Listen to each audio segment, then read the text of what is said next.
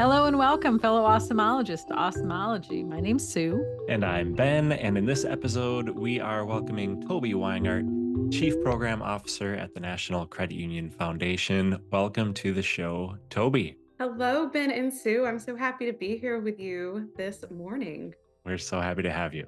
Yes, thank you for being with us. I think the last time I saw your face IRL was a year and a half ago, um, when I was graduating from DE. So it's exciting to see you again.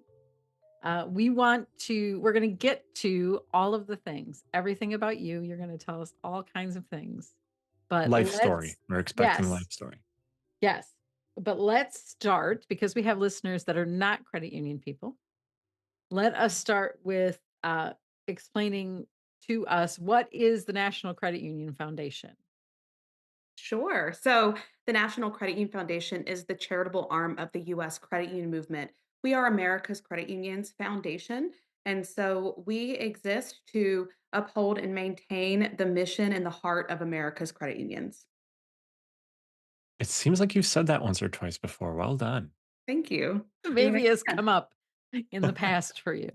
Yes, I think it has. It's always great to be able to clarify for folks what we are and what our purpose is and what we do, and it is, a wonderful organization, wonderful to be able to do the work every single day to, again, make sure that our credit unions are keeping their mission front of mind as we look to serve our members.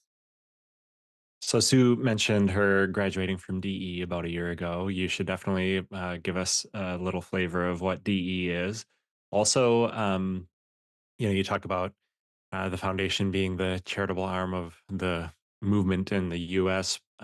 Maybe tell us a bit more about like pillar activities of the foundation, or maybe some of the things that you think are the coolest impact that the foundation makes possible. Sure. So I will start with the pillars and then we can dive into DE from there. So the foundation works under three primary pillars, and we call them Ignite, Inspire, and Respond. The Ignite pillar primarily focuses on financial health and well being for all US consumers, primarily doing work in financial well being for all, which for credit unions is the reimagining or the modernizing of our people helping people philosophy. So, how can we leverage data and key insights, again, while keeping our mission front of mind and that people helping people philosophy front of mind in our business decision making? We at the foundation also do this work through the grants programs that we offer. We currently have two grants operating out of the foundation. The first is Knowing and Helping Your Members, which is in partnership with Attune and Copera. And those two organizations are working closely with credit unions across the US as they look to take deep dives into their data to better understand who's being served, but also identify opportunities as to who they could be serving better or more inclusively. So we are in the middle of that work and delighted to have those strong partnerships with Attune and Copera. The other grant we have out that was just announced is we have launched just under $300,000 into the US credit union movement for approximately 9 credit unions to do a foster youth grant program. And this grant addresses the need for foster youth to have access to quality financial literacy, particularly as they leave the foster care system. And so we've just begun that, and we look forward to tracking and reporting and getting that information back out to credit unions once those 9 credit unions have completed. So that is our Ignite pillar. In our Inspire pillar, we have our work that we do around education programs. That includes development education. So, credit union development education, CUDE, is our premier program, I would say. It has been around for 42 years in the United States, and originally it was very much volunteer run and based out of a lot of the work from the Peace Corps. So the original idea was, how can we create essentially a Peace Corps of credit union professionals ready to go out and take care of folks while also supporting their financial services needs. And from there, it has evolved, and it is now a premier program for credit union folks. People who have their queued designation proudly display those letters at the end of their signatures. So if you've seen the queued, that's what it is. It's an immersion. It's a deep dive into how we can leverage our credit union principles and philosophies to serve for the most pressing socioeconomic challenges and needs facing our members, our staff, and our communities. And we hold our programs in Madison, Wisconsin. We have one down at Suncoast Credit Union in Florida. And then we also hold a virtual program. So we have various avenues that people can interact with us with DE. We also offer Exploring Why programs, which are many many bites of credit union principles and philosophy. So how we can leverage our credit union difference, and we work primarily with credit unions and also with our league and state credit union foundation partners to deliver that.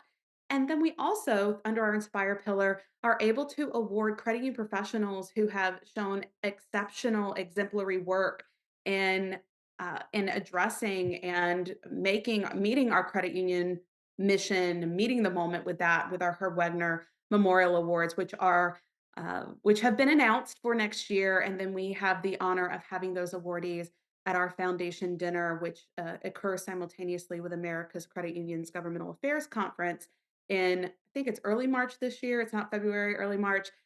It moved a weekend back, I should say. So we are so delighted that we're going to be honoring those folks. And then finally, last but certainly not least, with the foundation is our Respond pillar. And this is our CU Aid program. This is people helping people in action for credit unions. So the National Credit Union Foundation has a fund designated for credit union professionals who've experienced a natural disaster. We fundraise on the national level, and then we work with our state credit union foundations and leagues to distribute those funds to credit union professionals in need when a natural disaster strikes.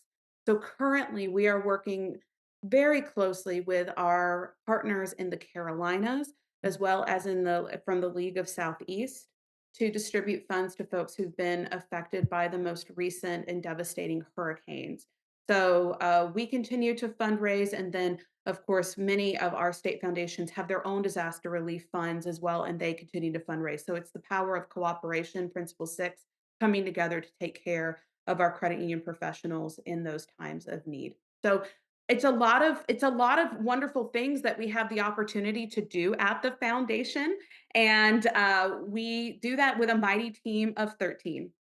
So, just to kind of put this in perspective for everyone, the foundation is able to make a huge impact with a very passionate and dedicated staff.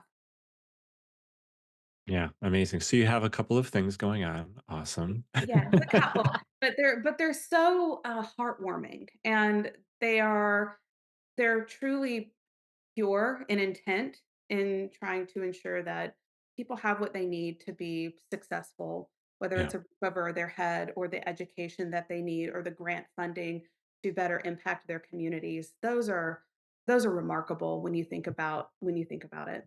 Yeah.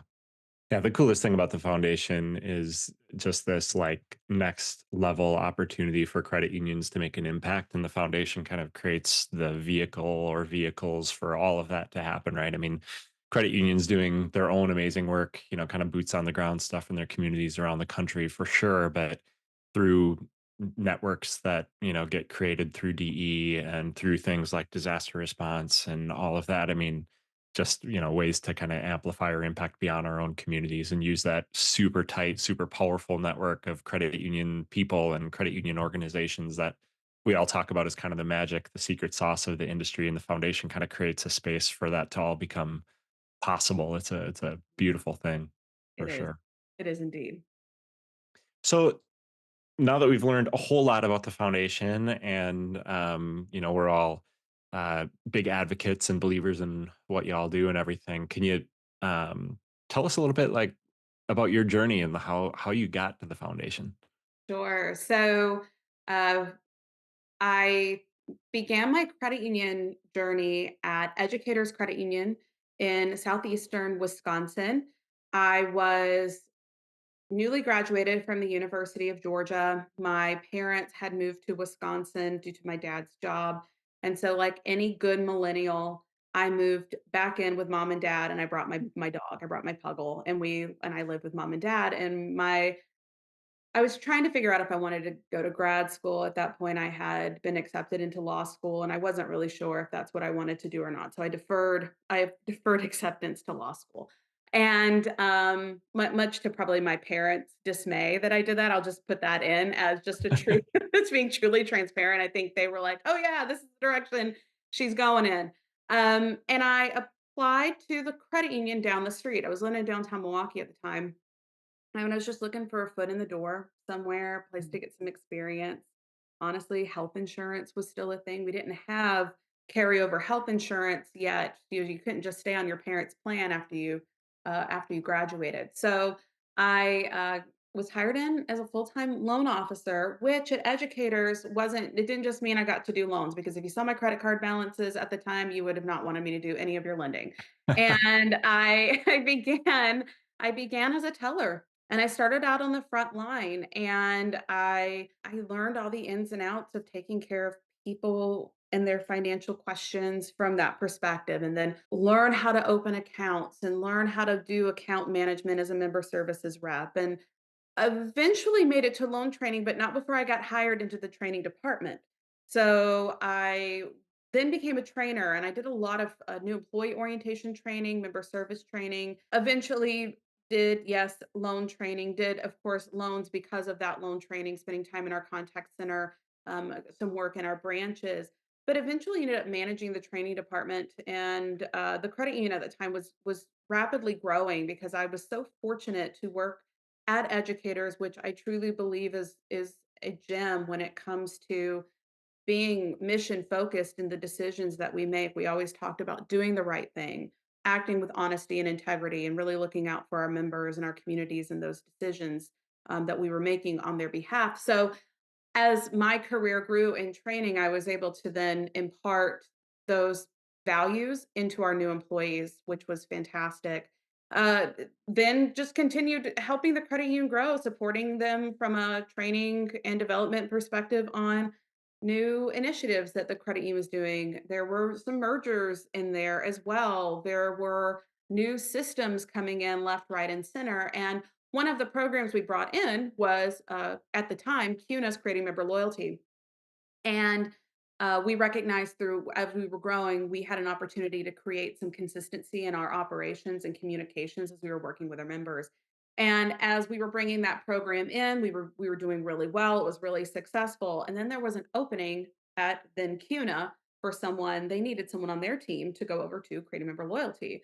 And so they reached out to me and they were like, "Hey, have you thought about coming to CUNA?" And I was like, "No."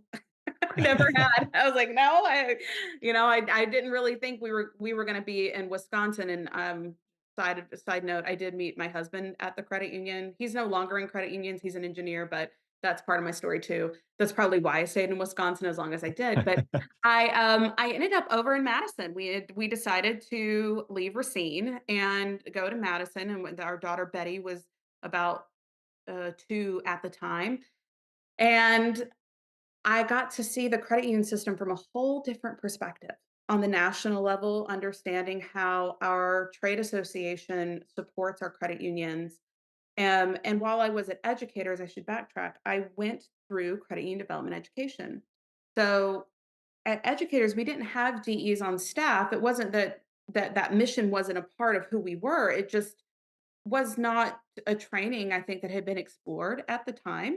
So, I remember finding it online. I remember this because I was sitting in my cubicle and marching upstairs to our chief human resources officer, um, and saying, "Hey, I wanna do this training." I remember being like, "Why do you wanna spend 10 days in a dorm in Madison, Wisconsin learning about credit unions?" It was like, "You know everything you need to know to do a great job." And I was like, just trust me on this. If I go and it's a waste of time, then we don't have to ever send anybody ever again, and I'll just be the guinea pig. Of course, I ended up going, having just a fantastic time.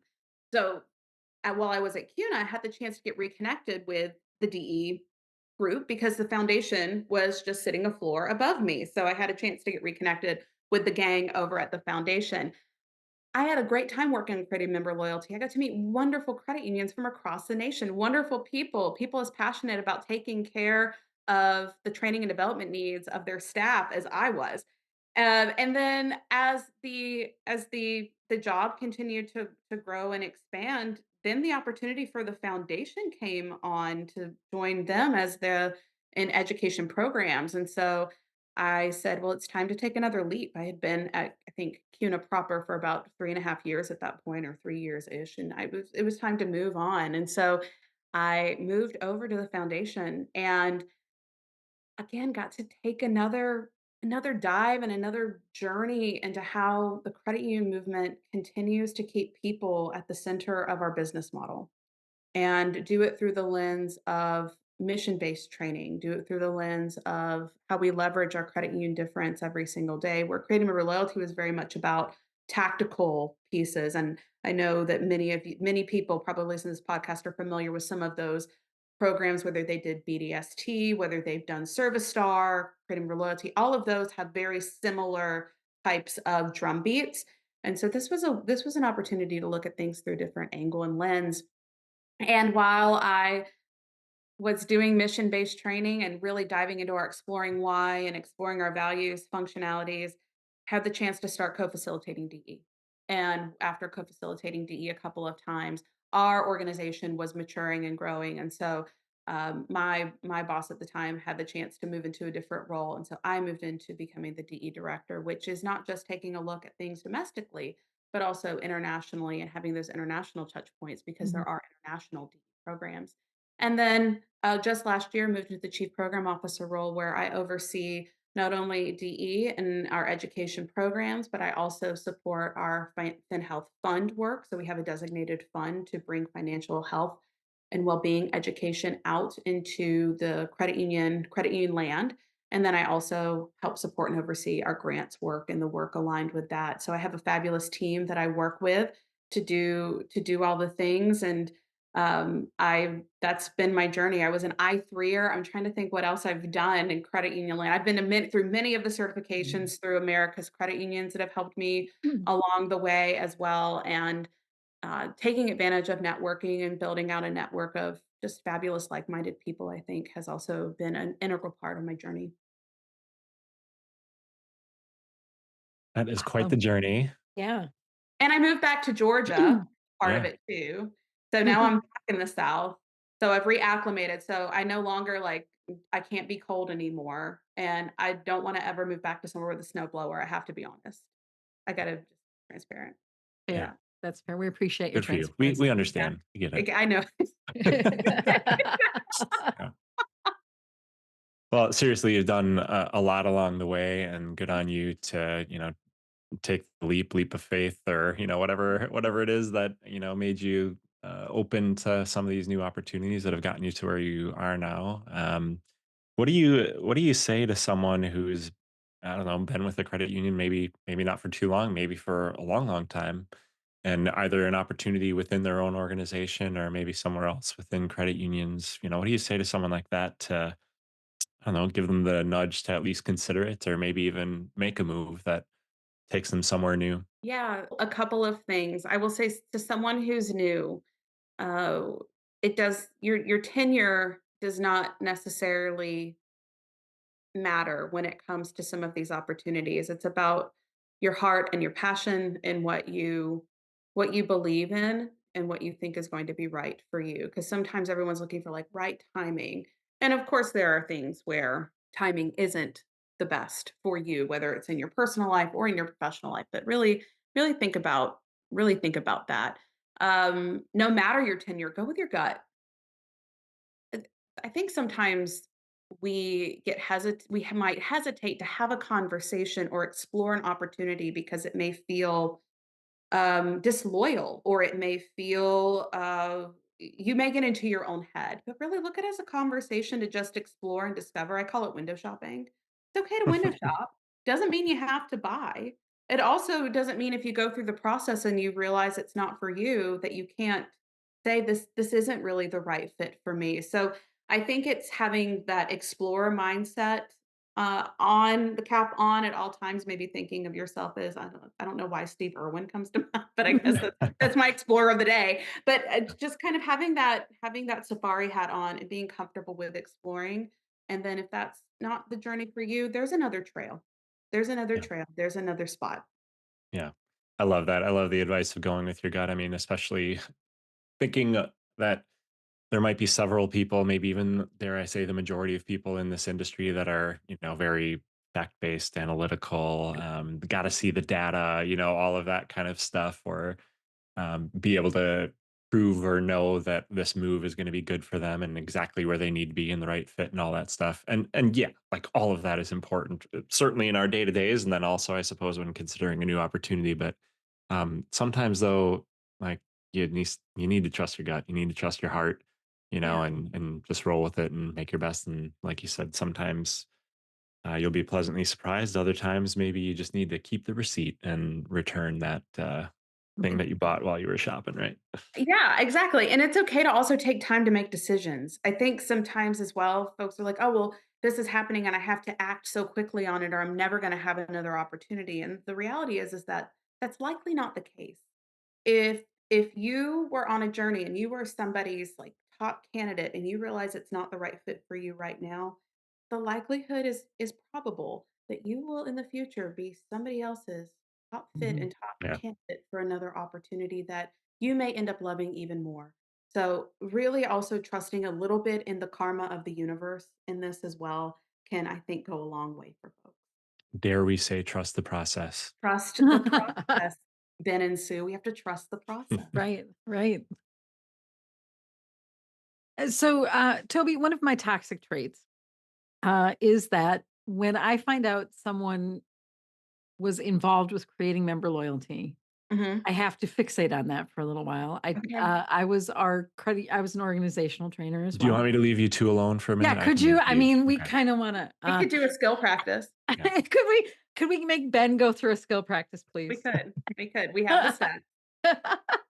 I'm all ready with my feedback, Ben. But for me, so I was certified in about 2012 and helped Mhm. start the program at Simplicity, and then did that 3, maybe 4 years-ish for the credit union, and there was really something. I love how you point out the difference between that, which is highly tactical, and then the work at the foundation, because as you were explaining all of that, I had to think about my journey, which was creating member loyalty, which was, I was fully consumed by for about 3 or 4 years.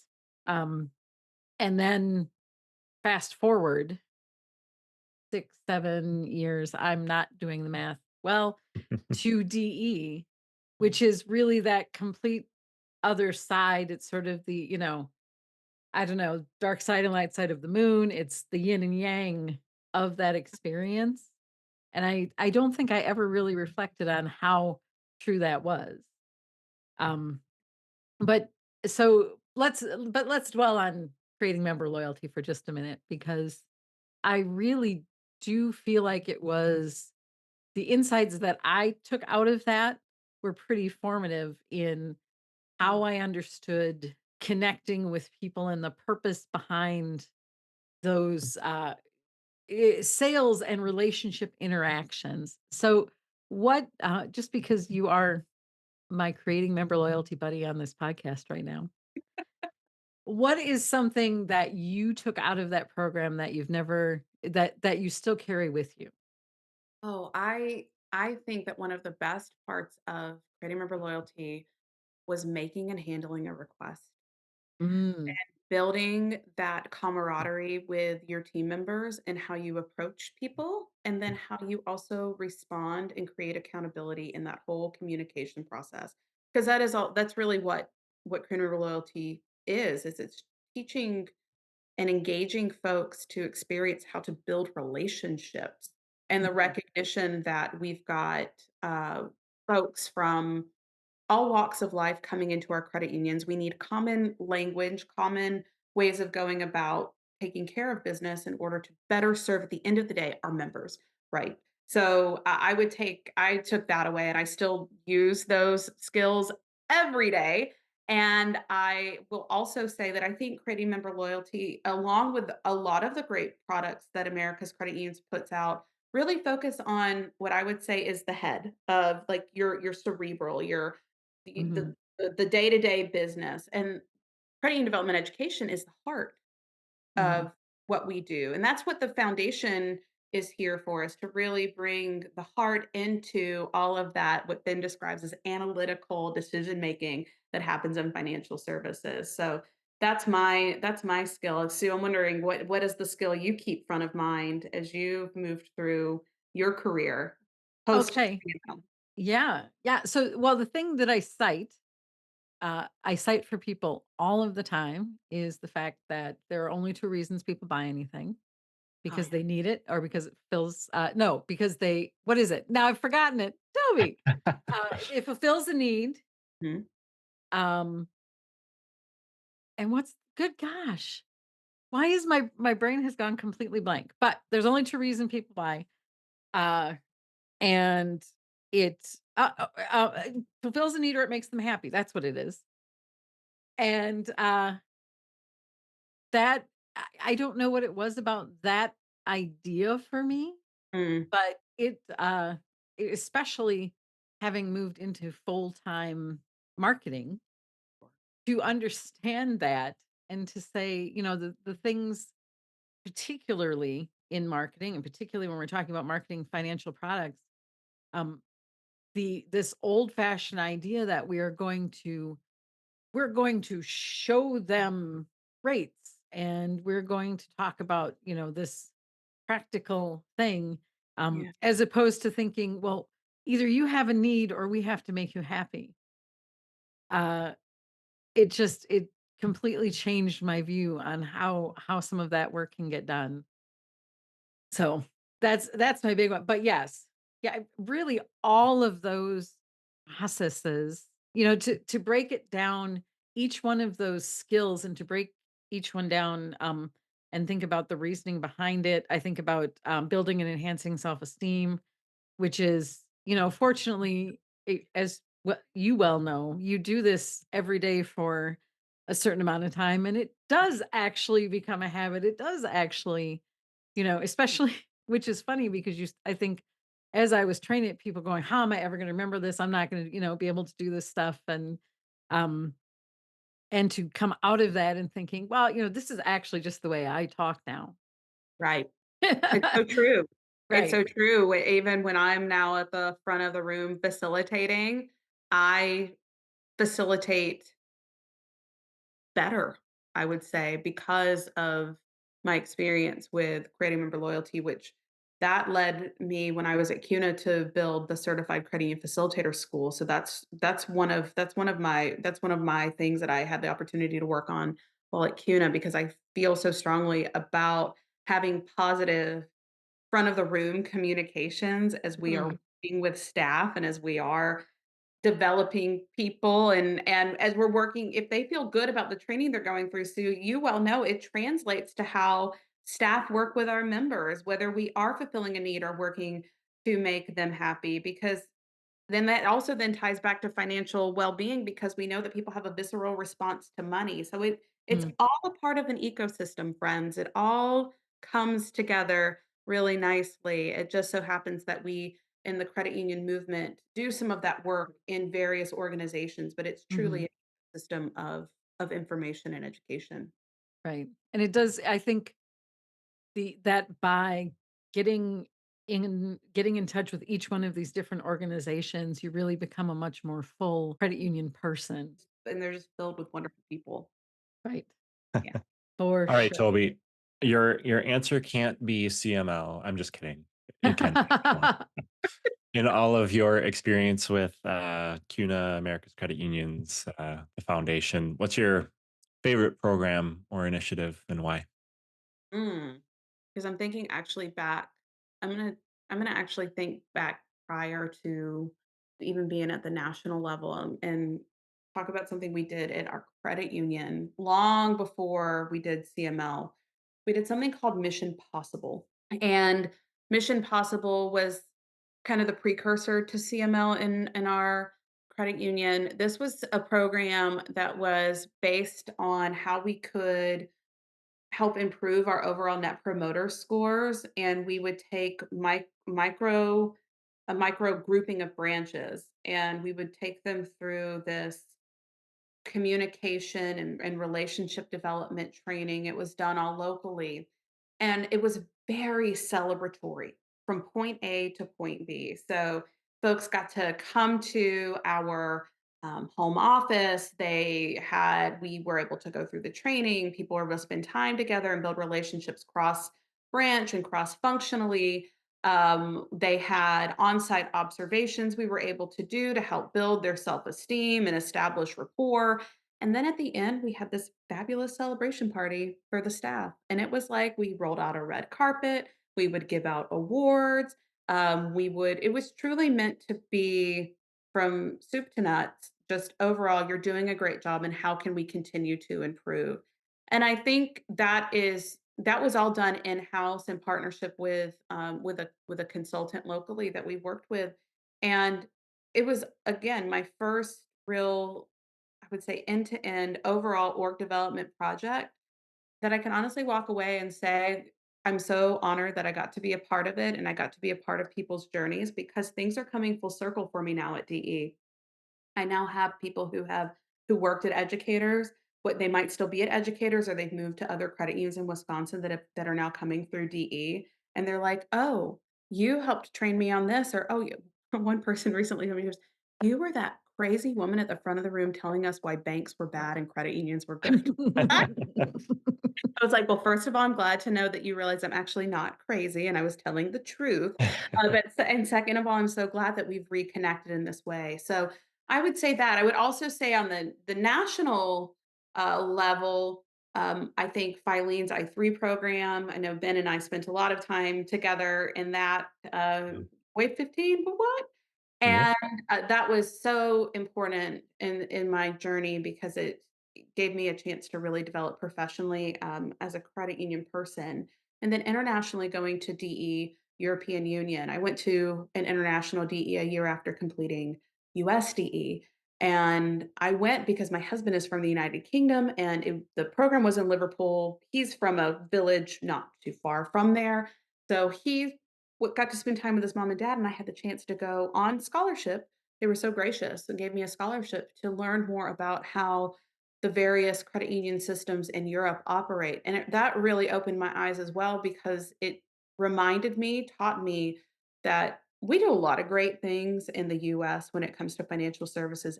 Yes, and there are a lot of wonderful things happening internationally as well that we can learn from. So, if anybody's listening is like, how can I learn more about international related credit union stuff? The World Wide Foundation for Credit Unions is one stop to take a look at and get connected with. There are also some leagues that will do journeys with various trade associations internationally as well. So, just a lot of great things to learn from that too. I've got to do some cool stuff. I'm going to be just really Heck honest. yeah, that's Yeah, amazing. I really have, Awesome. and met really cool people on the way. So here's the big question. Here's a big question for you. Something that is on our minds this year. Uh, and we're asking everybody we interview about it because we're writing a book about purpose in Mm. marketing. And we have talked to everyone who's come on the podcast about their life's purpose and what they believe about purpose. So this is the big question for you, Toby. What would you say is your life's purpose? I think it is for me, for someone to know that they are truly cared about, that they have a purpose. I think that's my purpose, is to Mm, help others recognize that they have purpose. That's it. I love that. That's something that we haven't Yeah. really heard yet this year, at least not as cleanly as that maybe. That's why I think I have one of the coolest jobs in credit unions, is every single day, that's what my work and the work of my team, that's what we're working towards, is the recognition that you, in your unique individualistic way, have a purpose not only in your own life, of course, but also in the work that you do. It matters. And we need people to show up just as they are with the talents that they have, to not compare themselves to ABC person or XYZ person, but to be who they are because it is that uh, it's that combination of talents, it's that ecosystem of different folks coming together that really allows this movement to move forward. And I believe that wholeheartedly. Yeah, I love that you pointed out that, that sort of danger of comparison.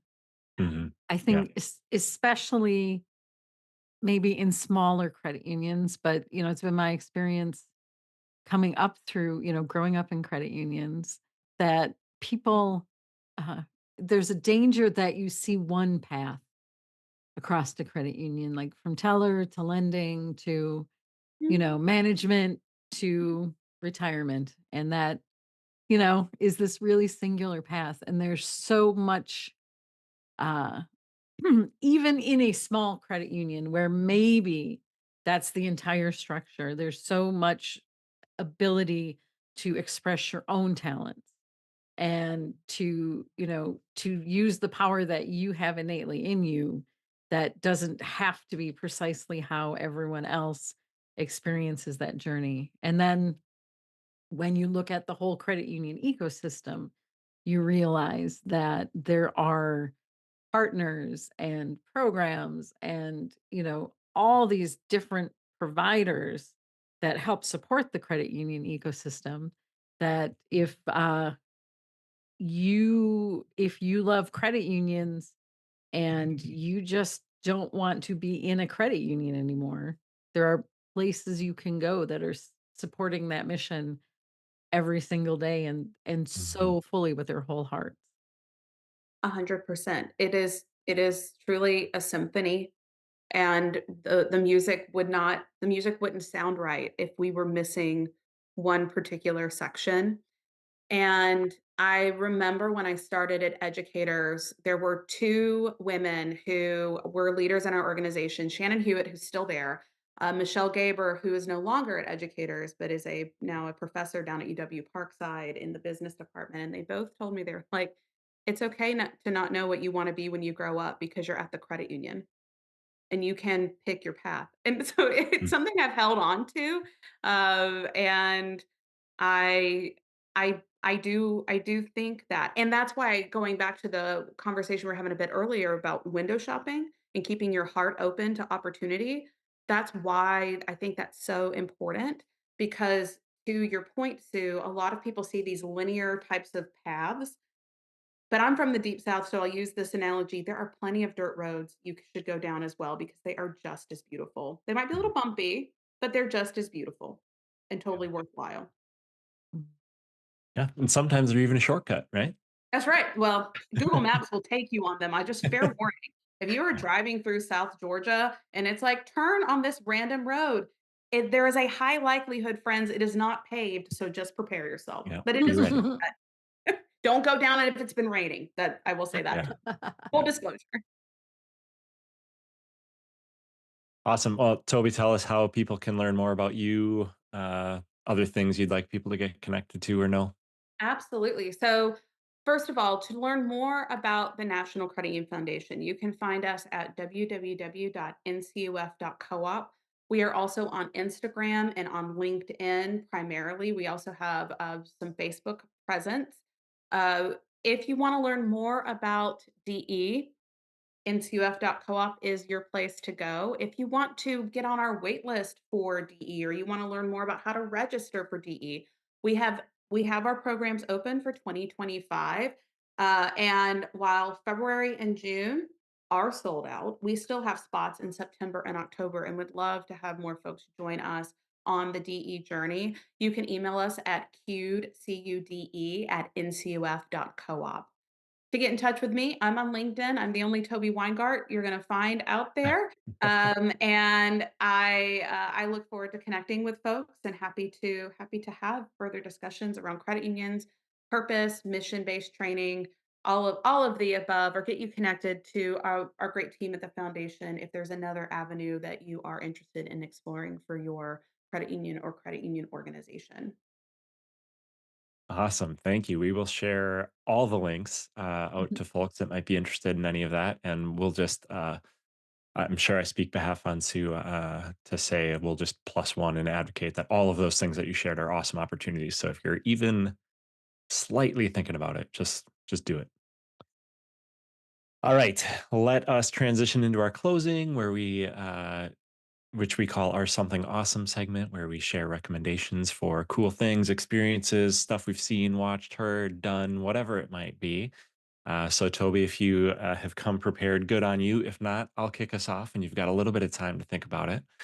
Um, and really, it's whatever you want to define as awesome is up to you, and you can share. So, I'm going to kick us off with a new podcast that I just started listening to. I'm like 3 episodes in right now. Um, as Sue knows, we've been doing a bit of driving lately. So some time in the car to check out something new. And there's this podcast called Sold a Story, which is really interesting. It kind of dives into the world of education and um, talks about this method of teaching kids to read and how it kind of like took hold industry wide, really driven by like one main provider of like curriculum and stuff. And it really kind of went against the research and the science that told people how folks learn how to read, how kids learn how to read, and tried to teach it a different way and a way that's not so good and has actually impacted kids negatively for a long time and is Huh. still impacting them today. So it's super eye opening, very like investigative journalism style that's also like backed up with a bunch of research and kind of this global method to teach kids how to read uh, or not, depending on the method that they're talking about and how it's really kind of impacted the whole industry in a really negative way. And kind of like this it's almost like a microcosm of like greater issues in the world where one group of people or one organization with a whole lot of power and influence over a whole industry or sector can really impact things, sometimes for good for sure, but also sometimes not so much. So Sold a Story, we'll share a link to that. Definitely check it out, it's a good one. Toby, what you got? Sure. So, being in the nonprofit space, I follow and things pop up on social media for me of different nonprofit organizations. And one that I have found particularly awesome, can't think of its name, but it's pretty darn unique, and it actually has to do with books, is a nonprofit in the United Kingdom, and they are wood carvers. And they carve books out of wood, the pages of children's books, so that children that are visually impaired can experience reading through touch. Wow. So, yes, isn't it? It's fantastic, and these books are free, so it's essentially a traveling library, and it's a again, they bring these children together, their families, and they give them the hope of having access to the wonderful world of children's books and children's literature, and the book they feature primarily is, The Hungry Caterpillar. And, Mm. of course, who doesn't love the beautiful colors of the Hungry Yeah. Caterpillar? I don't know a parent that doesn't really read Hungry Caterpillar, whether you love it because the caterpillar is always hungry and your kids are always hungry and they want snacks, or if you like the Hungry Caterpillar is gluttonous. I don't know if I like the Hungry Caterpillar. All judgment aside of said hungry caterpillar, I just think it's a wonderful reminder that there are opportunities, again, with unique talents, going back to individualism and Mhm. we all bring unique things to make a positive impact on our communities. The other awesome thing I would say is the, um, you've probably in you got that one friend that you haven't talked to in a while, and then you make a scheduled phone date because that's what we have to do these days, and you can literally pick up from where you left off 3, 4, 5 months ago. I think that's awesome. So, if folks are listening, if you haven't talked to your best friend or an old friend 3, 4, 5 months, make the phone date, schedule the phone call. It's totally worth it. It will uplift your spirits in so many ways. I just think that is just an awesome thing about being human. Love it. Love that. I have to, before you go, Sue, I have to reflect a little bit. Well, and first off, Sue, you're Something Awesome better be about reading or literature or something to stay on theme, just saying. Mhm. Um, Toby, I love you, and that is totally right. And talking about this idea of like picking up where we left off, it's been some time since we talked, but obviously we shared some time together in I3 and so many other things along the way. So it's so good to see you. And I feel like we've done just that, like picked up right where we left off. So proof right here in this episode that that's how things can go with good friends for sure. And I have to share just an example of a story that just happened yesterday as I was driving. Old friend's name popped up in my head because I had missed a call from him like a month ago, probably more actually, now that I think about it. And his name would keep popping up in my head, like, "Ah, I gotta call him back. I gotta call him back." And I'd be in a meeting or something. I'll call him right after this meeting. And then, it leaves the brain, right? And so I was driving and I was like, oh, I'm going to call him. I'm going to call Zach. And I called him and come to find out he and his wife are expecting their first child. And Oh, so, like, just call, just make the Yeah, call, like you might not get news like that every time, but gosh, I'm so glad that I called him. But anyway, it's the best yeah. that's wonderful. news. Okay, so I am going to use my marketing skills and I am going to spin mine to be about reading, Oh, but there it we is go. really Nice. Great. sort of not about reading. So, but I recently took some time that I did do some reading. So, quick, here's the nutshell version. And to bring Toby up to speed, I think I've mentioned this on the podcast, but I'll bring Toby up to speed. I ran for state assembly. And so, from June until November 5th of this year, my every moment that I was not at work, and don't tell Ben, but some moments when I was at work as well, were totally occupied by that as a project. And it uh, takes an emotional toll on a human being to be completely consumed like that.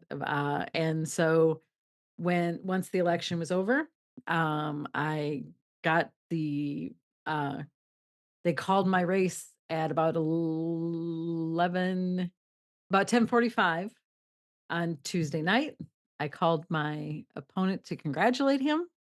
Um I and then the next day I left and went to a place called Postcard Cabins, which is they have a location, they have locations across the country, but they have one sort of about an hour away from me in Wild Rose, and it has tiny house cabins in it. It's sort of a campgroundy kind of place, but these tiny little cabins, have basically enough room to cook a little bit of food. There is, running water, hot water, great big bed, giant window, and, for the first time in my life, I went away by myself. I took a book. I took a needle felting kit. I taught myself to needle felt while I was there, and I just had, peace and quiet for about 2 days, and I listened to music, and I read my book, and I made tomato soup, and I paid the extra so that someone else would set up my fire. Nice. Smart. Worth it. Mhm. So I sat by a fire by myself, um, and just let all of the thoughts, go away because I had I had broadband access. I could, access the internet, but I set my phone down and did not think about it, and, it restored all of the broken synapses in my brain, all of the nerves that were damaged, crossed my entire body, um, started to heal. So I recommend unplugging. I'm sure this is not news to anyone who has already done it, but I've never done it to this extent. And just getting to where you can find a little bit of peace. And it's good because we still have a lot of work to do, but I felt like I could face what I have left to do once I came back from that. So that is my official recommendation. Get out in the woods. Amazing. Yeah, very cool. Now I'm like, "Oh, I need to book one of those." Yeah, And I love Northern Wisconsin, so you don't really have to twist my arm to do Right. that. right. Yeah. Right. That sounds Tough to beat. amazing. So good for you. Good for you Yeah. for taking that time for yourself. That is so brave because so many people just they move on without taking that space. Mhm. Yeah. Yeah, and, I have done a lot of reflecting about how many things that, you know, the people I know, exactly to your point, moved on, said, "It's gonna be fine. I just have to keep moving forward." So, sometimes we gotta take time to heal. So, Yeah. Yeah, for sure. yeah. Very cool. We'll share that link as well. Yes.